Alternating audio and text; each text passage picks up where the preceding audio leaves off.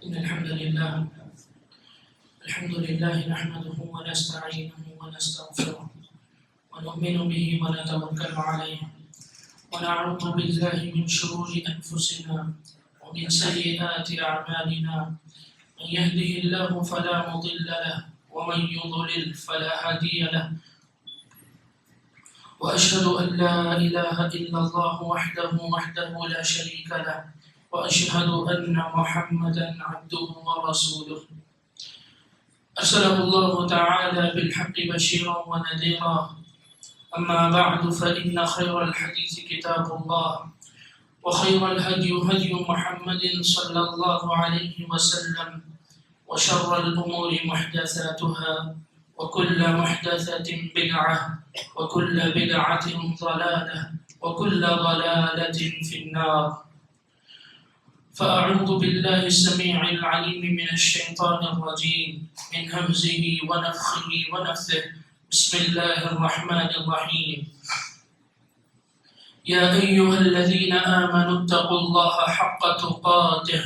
ولا تموتن إلا وأنتم مسلمون. يا أيها الناس اتقوا ربكم الذي خلقكم من نفس واحدة وخلق منها زوجها وبث منهما رجالا كثيرا ونساء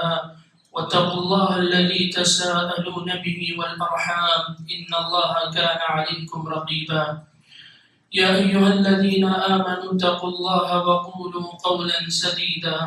يصلح لكم أعمالكم ويغفر لكم ذنوبكم ومن يطع الله ورسوله فقد فاز فوزا عظيما. وقال الله تبارك وتعالى أيضا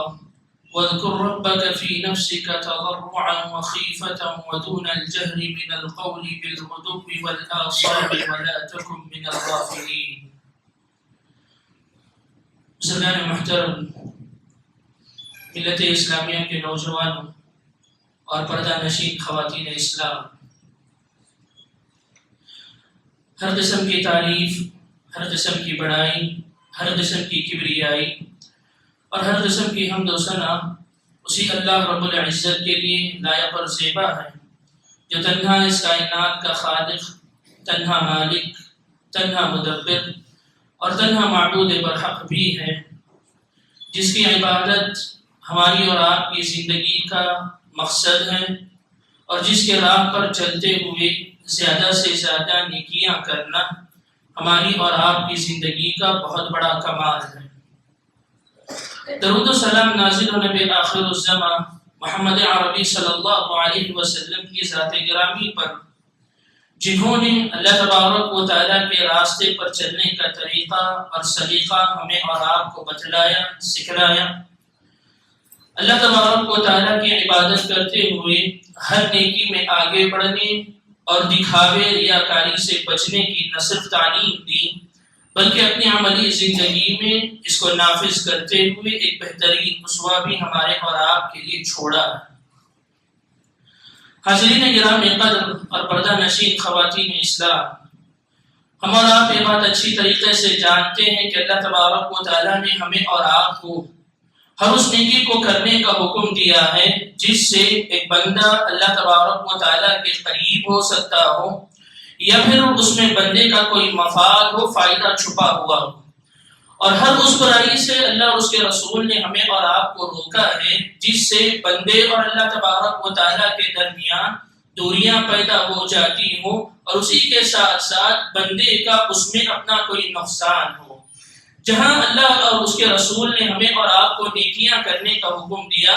اور نیکیوں کے میدان میں ہر طریقے سے آگے بڑھنے پر شریعت اسلامیہ نے ابھارا ہے،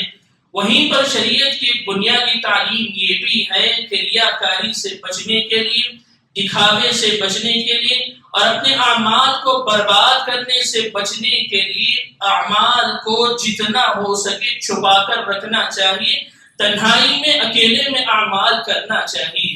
جو آیت کریمہ خطبہ مسنونہ کے بعد میں نے آپ کے سامنے تلاوت کی ہے، اس میں اللہ تبارک و تعالیٰ نے یہی پیغام ہر مسلمان کو دیا ہے۔ اللہ تبارک و تعالیٰ نے کہا وَاذْكُرْ رَبَّكَ فِي نَفْسِكَ تَضَرُّعًا وَخِيفَةً، اپنے رب کو تم اپنے دلوں میں یاد کرو، اور ایسے موقع پر یاد کرو جب تم چھپے طور پر رہتے ہو، تنہائی میں رہتے ہو۔ وَدُونَ الْجَهْرِ مِنَ الْقَوْلِ، اور زیادہ بلند آواز میں نہیں، چیخ چیخ کر نہیں، جتنا ہو سکے آہستگی کے ساتھ، دوسروں کو سنائی نہ دے، اس طریقے سے یاد کیا کرو۔ وَلَا تَكُن مِّنَ الْغَافِلِينَ، اور غفلت میں پڑے ہوئے لوگوں میں سے نہ ہو جاؤ۔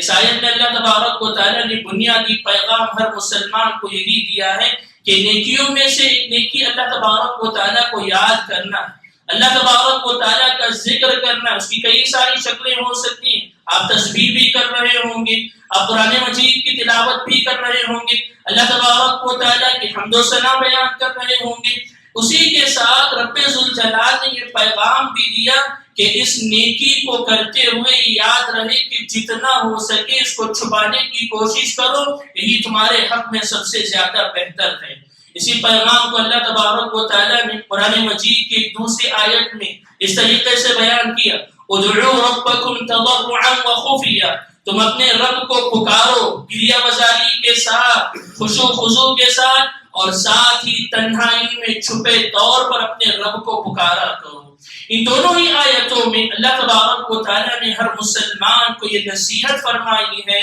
کہ جہاں اعمال کرتے ہیں وہیں پر اعمال کو چھپا کر رکھنے اور اعمال کو خفیہ طور پر تنہائی میں کرنے کی بھی کوشش ہونی چاہیے۔ پیارے نبی صلی اللہ علیہ وسلم کی احادیث کا مطالعہ ہمیں اور آپ کو بتلاتا ہے کہ اس بات کی تعلیم پیارے نبی نے بھی ہمیں اور آپ کو دی ہے۔ اللہ کے نبی صلی اللہ علیہ وسلم کی مشہور حدیث ہے، اللہ کے نبی صلی اللہ علیہ وسلم نے فرمایا، من استطاع منکم ان یکون له عمل خبیث فلیفعل، تم میں سے جو کوئی بھی آدمی اس بات کی طاقت رکھتا ہے کہ وہ اپنے اعمال کو تنہائی میں کرے، ایسے مقام پر کرے جہاں کوئی اس کو دیکھتا نہ ہو، جہاں پر اس پر کسی کی نظر نہ پڑتی ہو، ایسے مقام پر اگر نیکی کرنے کی استطاعت ہے آدمی کو کرنا چاہیے۔ اللہ کے نبی نے حکم دیا فلیفعل، ایسے مقامات پر نیکیوں کو کر گزرو۔ سبحان اللہ، شریعت اسلامیہ کی یہ بنیادی تعلیم ہمیں اور آپ کو سمجھنا چاہیے۔ شریعت ہمیں اور آپ کو یہ بتلاتی ہے کہ نیکیاں چھپے طور پر ہونا چاہیے تاکہ لوگوں کے سامنے ریاکاری سے انسان بچ سکے، دکھاوے سے بچ سکے، اس کی زندگی میں اخلاص اعلیٰ درجے کا پایا جائے۔ اس لیے شریعت اسلامیہ یہ تعلیم ہمیں اور آپ کو دیتی ہے کہ تنہائی میں کیا جانے والا نیک عمل، تنہائی میں کیا جانے والا حسن عمل، یہ اللہ تبارک و تعالیٰ کے پاس بہت بڑا مقام و مرتبہ رکھتا ہے، یہ اللہ تبارک و تعالیٰ کی نظر میں بہترین اعمال میں سے شمار کیا جاتا ہے۔ اسی لیے پیارے نبی صلی اللہ علیہ وسلم نے یہ بات بھی ہمیں اور آپ کو بتلائی کہ اللہ تبارک و تعالیٰ کی محبت کو پانے کا، اللہ تبارک و تعالیٰ کے سامنے اپنے آپ کو ایک محبوب بندہ بنانے کا آسان طریقہ یہ ہے کہ اپنے آپ کو گمنامی میں رکھو، لوگوں میں شہرت نہ پاؤ، لیکن اسی کے ساتھ ساتھ تمہارا تقوی اتنا ہو کہ تم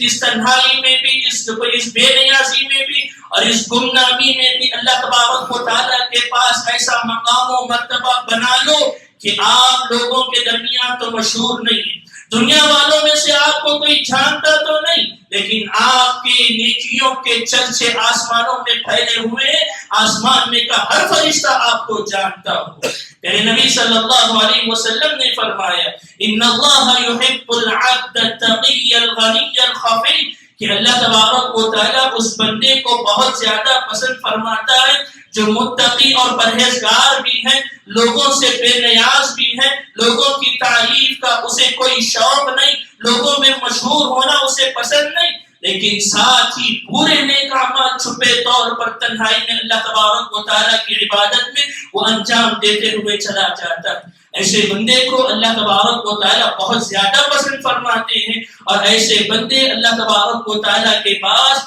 محبوب ترین بندوں میں شمار کیے جاتے ہیں۔ سبحان اللہ، شریعت اسلامیہ یہی تعلیم ہمیں اور آپ کو دیتی ہے۔ غور کر کے دیکھو،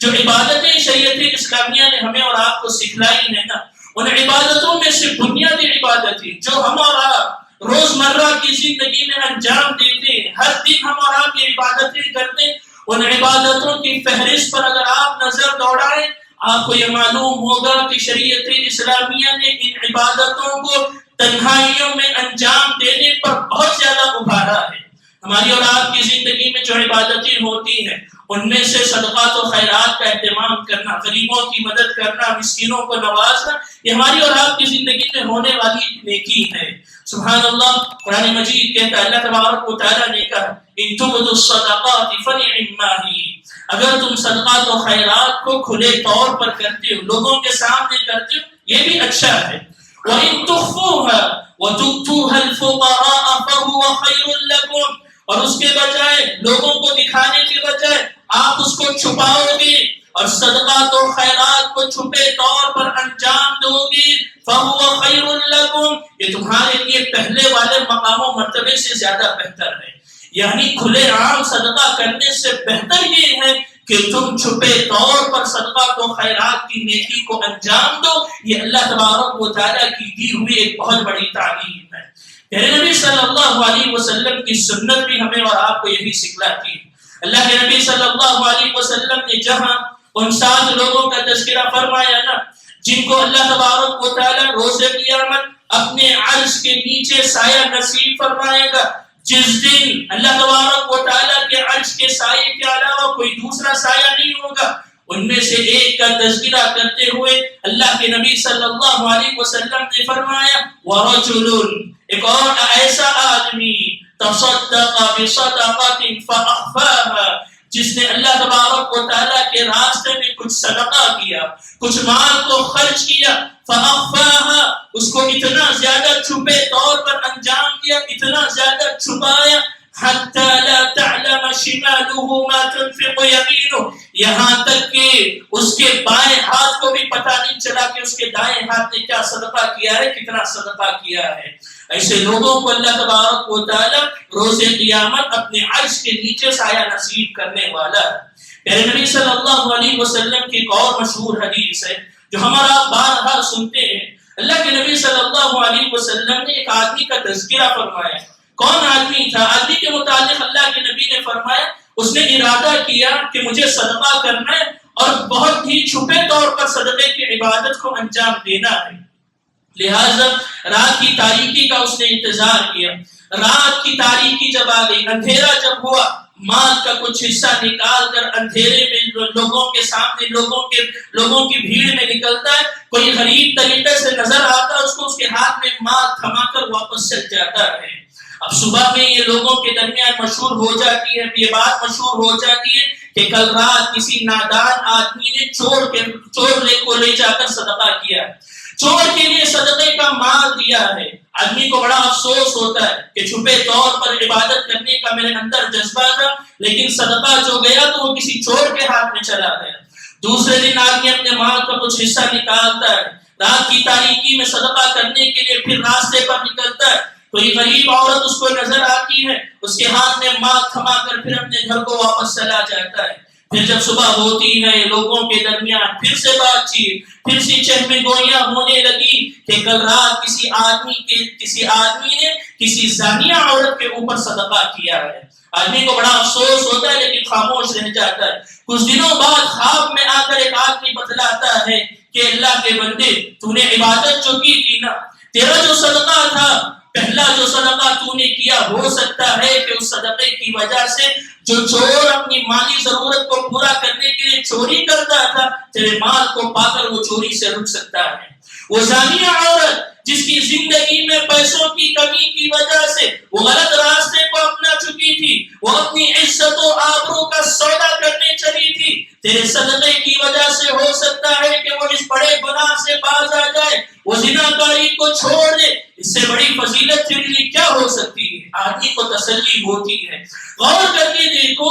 چھپے طور پر کی جانے والی ہر نیکی اللہ تبارک و تعالیٰ کبھی ضائع نہیں کرتا ہے، کبھی رائگاں جانے نہیں دیتا۔ چور کے ہاتھ میں ملا ہوا صدقہ بھی اس کو چوری سے روک سکتا ہے، زانیہ کے ہاتھ میں دیا گیا صدقہ بھی اس کو زناکاری سے روک سکتا ہے۔ اس لیے شریعت اسلامیہ کہتی ہے کہ جتنا ہو سکے صدقات و خیرات کے باب میں بھی چھپا کر کرنے کی کوشش کرو، مخفی طور پر کرنے کی کوشش کرو۔ پہلے نبی صلی اللہ علیہ وسلم کی ایک اور حدیث اللہ کے نبی صلی اللہ علیہ وسلم نے یہ بات بھی بیان فرمائی، الصدقۃ السر، کہ جو صدقہ چھپے طور پر دیا جاتا ہے تطفئ غضب الرب، یہ اللہ تبارک و تعالیٰ کے غصے کو کم کرنے اور اللہ تبارک و تعالیٰ کے غصے کو ٹھنڈا کرنے کا ایک بہت بڑا ذریعہ ہے۔ ہماری اور آپ کی زندگی میں ہماری اور آپ کی کوتاہیوں، غلطیوں اور اسی طریقے سے گناہوں کی وجہ سے ہمارے اور آپ سے اللہ تبارک و تعالیٰ جو ناراض ہو جاتا ہے، غصہ ہو جاتا ہے، اس کو کم کرنے کا بہترین ذریعہ یہ خفیہ طور پر دیا جانے والا صدقہ ہے۔ تو اگر ہمیں اور آپ کو یہ بات پتہ چلی کہ ہماری اور آپ کی روزمرہ کی زندگی میں جو صدقے کی عبادت ہم اور آپ انجام دیتے ہیں، اس کو بھی شریعت اسلامیہ نے مخفی رکھنے اور چھپے طور پر کرنے کا حکم ہمیں اور آپ کو دیا ہے۔ ہماری اور آپ کی زندگی میں جو عبادتیں ہوتی ہیں ان میں سے ایک بہت بڑی عبادت نماز کی ادائیگی ہے۔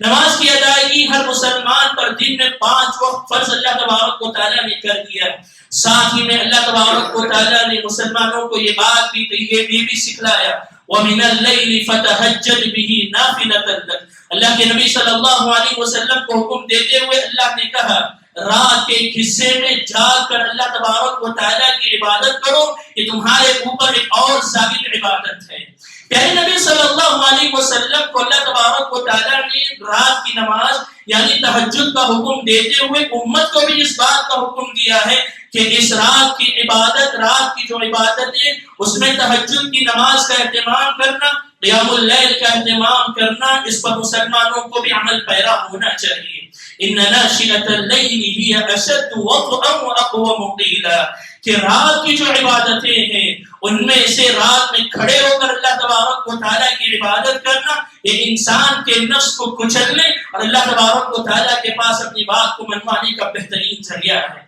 شریعت اسلامیہ نے تہجد کی نماز کو جو ہمیں اور آپ کو ابھارا ہے، وہ نماز کو اللہ کے نبی صلی اللہ علیہ وسلم نے گھروں میں زیادہ پڑھنے کا حکم دیا ہے۔ صرف تہجد کی نماز ہی نہیں، اگر شریعت اسلامیہ کی تعلیمات پر غور کریں، فرض نمازوں کے علاوہ پیارے نبی صلی اللہ علیہ وسلم نے سنتیں ہوں کہ نفل نمازیں، اللہ کے نبی نے ان نمازوں کو اپنے گھروں میں خفیہ طور پر ادا کرنے کی تعلیم دی ہے۔ پیارے نبی صلی اللہ علیہ وسلم نے فرمایا افضل صلاة المرء في بيته الا المكتوبة، آدمی کی بہترین نماز وہ نماز ہے جو آدمی اپنے گھر میں ادا کرتا ہے سوائے فرض نمازوں کے۔ فرض نمازوں کو اللہ تبارک و تعالیٰ نے مردوں کے اوپر مسجد میں آ کر باجماعت ادا کرنے کا حکم دیا ہے۔ فرض نمازوں کے علاوہ اللہ تبارک و تعالیٰ کے پاس وہ نمازیں سب سے زیادہ پسندیدہ ہیں جو نمازیں کہ بندہ اپنے گھر میں خفیہ طور پر ادا کرتا ہے۔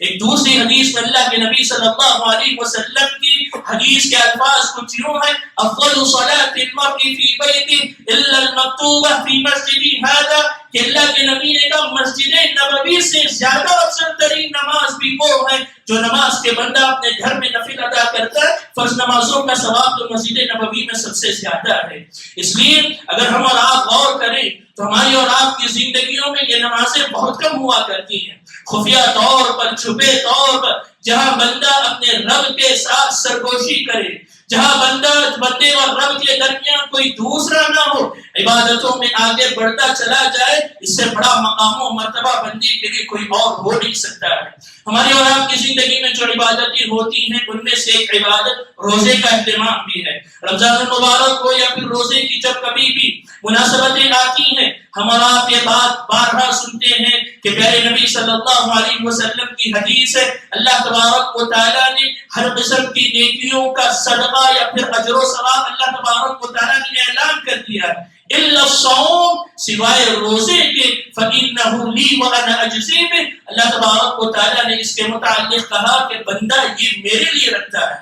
بندہ اگر چاہے تو تنہائی میں جا کر روزہ توڑ بھی سکتا ہے، لیکن بندہ میرے لیے بھوکا رہتا ہے، خواہشات سے رکتا ہے، اس لیے اس کا اجر و ثواب بھی میں طے کروں گا، میں بندے کو دوں گا۔ ہماری اور آپ کی زندگی میں جو نیکیاں ہوتی ہیں ان میں سے ایک نیکی اللہ تبارک و تعالیٰ کا ذکر، اللہ تبارک و تعالیٰ کو یاد کرنا، اللہ تبارک و تعالیٰ کو پکارنا، یہ بھی ایک بہت بڑی نیکی ہے۔ اس کے متعلق بھی شریعت اسلامیہ کی واضح تعلیمات ہے کہ اس کو بھی جتنا ہو سکے بندے کو چھپا کر رکھنا چاہیے۔ اللہ تبارک و تعالیٰ نے قرآن مجید میں انبیاء علیہ السلام کا جہاں تذکرہ کیا، ان میں سے اللہ تبارک و تعالیٰ نے حضرت زکریا کا تذکرہ کرتے ہوئے کہا اِذْ نَادَى رَبَّهُ نِدَاءً خَفِيًّا، جب حضرت زکریا علیہ السلام نے اپنے رب کو اپنے محراب میں کھڑے ہو کر تنہائی میں پکارا تھا۔ یہ تنہائی میں پکارنا، یہ تنہائی میں اللہ تبارک و تعالیٰ سے دعائیں کرنا، یہ اللہ تبارک و تعالیٰ سے اپنی ضرورتوں کو تنہائیوں میں رکھنا،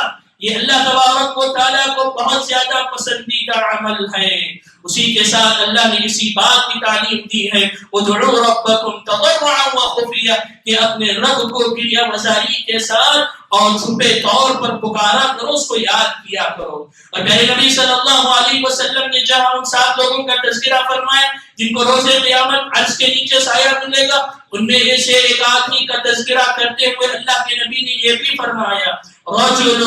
ذکر اللہ خالیا ففاضت عینا، ایک وہ آدمی جو اللہ تبارک و تعالیٰ کو اپنی تنہائی میں یاد کیا، اللہ تبارک و تعالیٰ کی یاد کی وجہ سے اس کے آنکھوں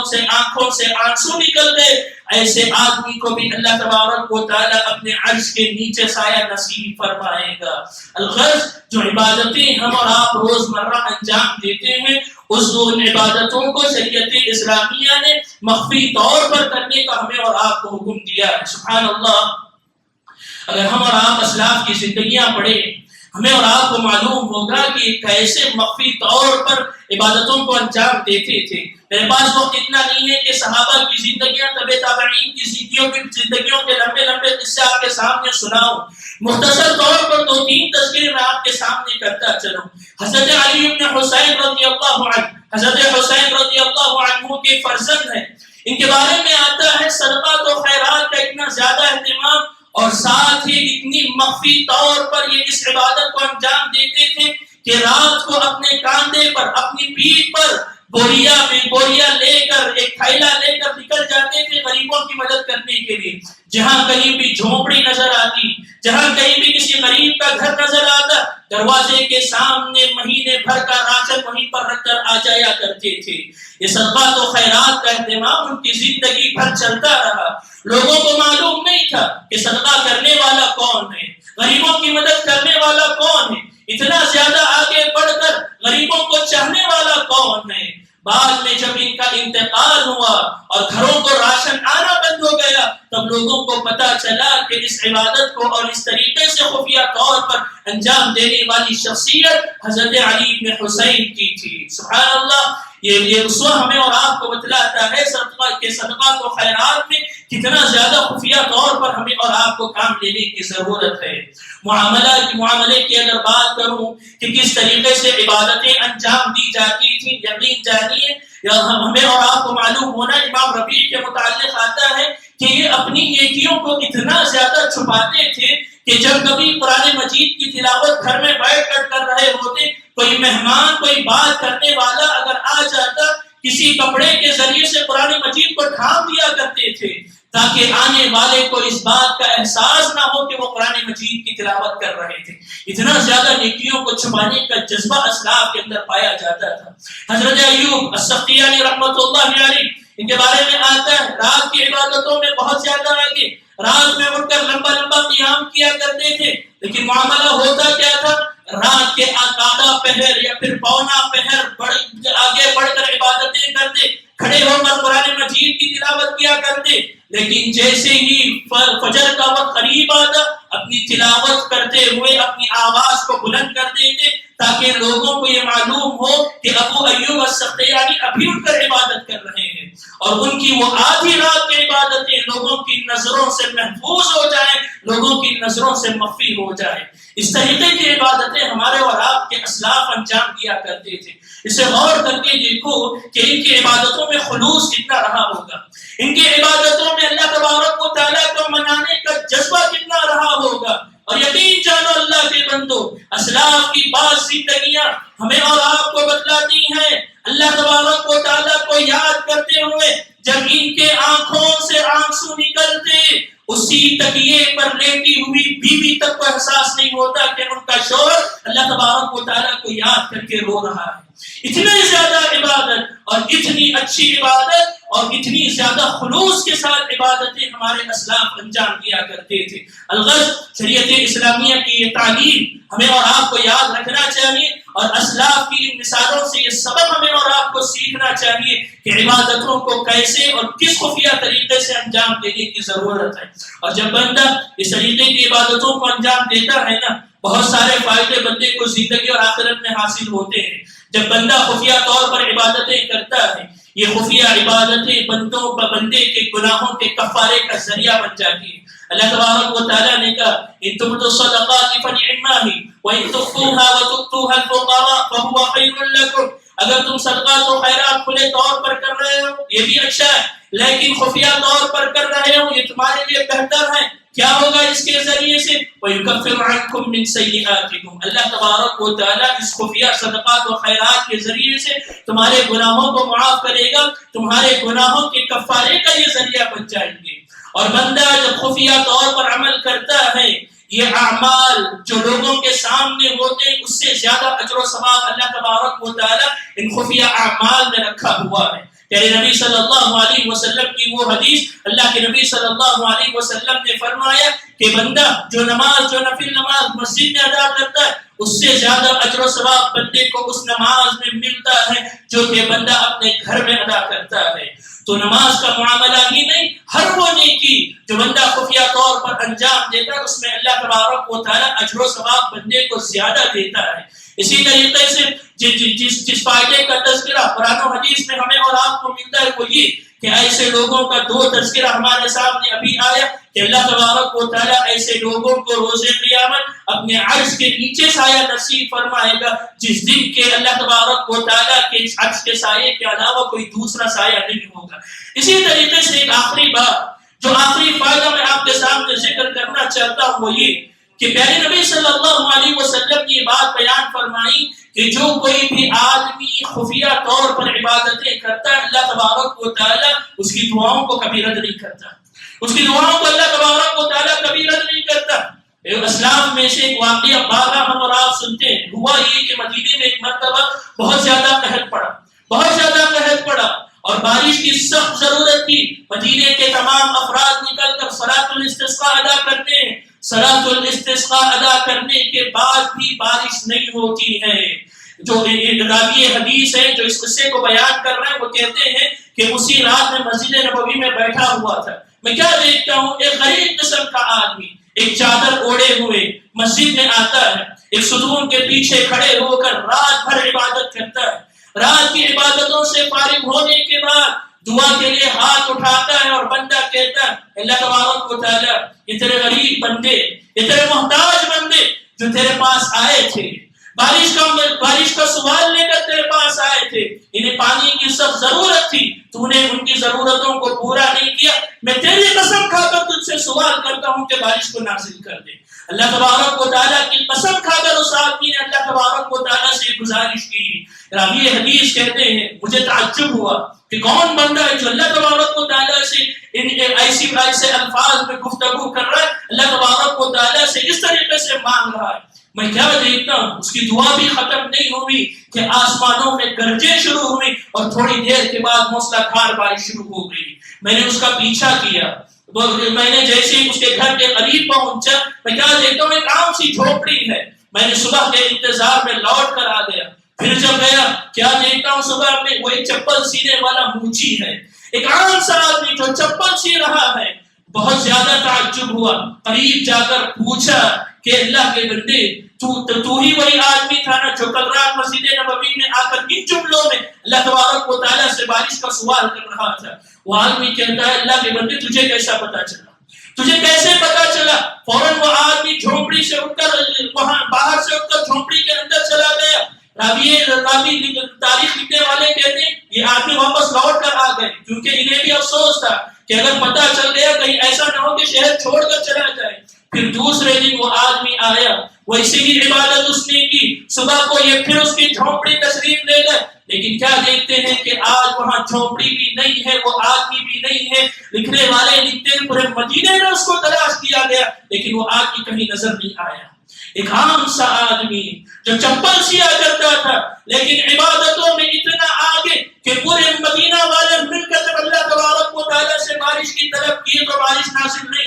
یہ ایک آدمی کی عبادتیں اللہ تبارک و تعالیٰ کو اتنی زیادہ پسند آئی کہ پورے مدینے والوں کو اس سے فائدہ ہوا۔ نتیجہ کیا نکلتا؟ یہی کہ آدمی جتنا زیادہ اپنی نیکیوں کو چھپا کر رکھے گا اتنا زیادہ مقام و مرتبہ اس آدمی کا اللہ تبارک و تعالیٰ کے پاس ہوگا۔ اور وہی ہوا کہ آدمی کو جب پتا چل گیا کہ میری نیکی سے ایک دوسرا آدمی پہچان چکا ہے، وہ آدمی بستی چھوڑ کر ہجرت کر کے کسی اور بستی کو منتقل ہو گیا۔ یہ عبادت کا شعور، یہ عبادت کا جذبہ اور عبادتوں کو چھپے طور پر انجام دینے کا یہ شوق ہمارے اور آپ کے اندر اپنے آپ کو جگانے کی ضرورت ہے۔ اللہ تبارک و تعالیٰ سے دعا ہے کہ اللہ تبارک و تعالیٰ ہمیں اور آپ کو صحیح معنوں میں نیکیوں کو چھپانے اور اخلاص کے ساتھ نیکیوں کو انجام دینے کی ہمیں اور آپ کو توفیق عطا فرمائے۔ جو بھی نیکیاں ہم کر چکے ہیں اللہ تبارک و تعالیٰ اس میں ریاکاری سے ہماری حفاظت فرمائے۔ آگے بھی جو نیکیاں کرنے والے اللہ تبارک و تعالیٰ اس